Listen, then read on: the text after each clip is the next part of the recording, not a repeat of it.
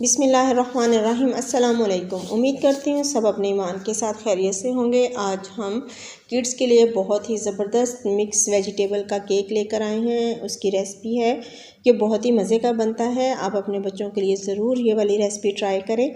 ये बच्चे और बड़े दोनों का ही पसंद का होगा इंशाल्लाह। और रेसिपी अच्छी लगे तो अपने फैमिली फ्रेंड्स में ज़रूर शेयर करें। तो हम अब अपनी रेसिपी को स्टार्ट करते हैं। सबसे पहले हम एक बाउल लेंगे और उसमें 5 अंडे तोड़कर डालेंगे।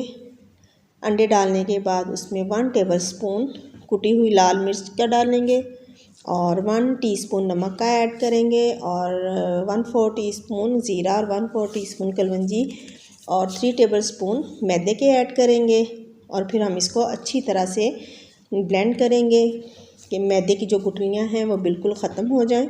और फिर इसके बाद हम एक बाउल लेंगे, उसमें मैंने 1 किलो आलू लेकर उनको ग्रेट कर लिया है और कपड़े में डालकर उनका पानी निचोड़ लिया है। ये बिल्कुल ड्राई हो गए हैं। और यहाँ पर 3 गाजरें ली हैं, 1 कप मटरों का लिया है और ये सब्ज़ प्याज लिया है मैंने तकरीबन 1 कप के बराबर और 1 मुट्ठी भर कर मैंने सब्ज़ धनिए का लिया है। इन सब चीज़ों के ऊपर हमने अंडे और मैदे का जो मिक्सचर है वो डाल देना है और फिर इसको अच्छी तरह से हम मिक्स करेंगे। ये बहुत ही मज़े का केक बनता है। और फिर हम एक बेकिंग ट्रे लेंगे, उसमें 2 टेबलस्पून ऑयल ऐड करेंगे और फिर उसको हर तरफ से हाथ की मदद से ग्रीस कर लेंगे और हम सारे बैटर को इसमें इक्वल फैला देंगे। ये हम विदाउट ओवन बनाएंगे।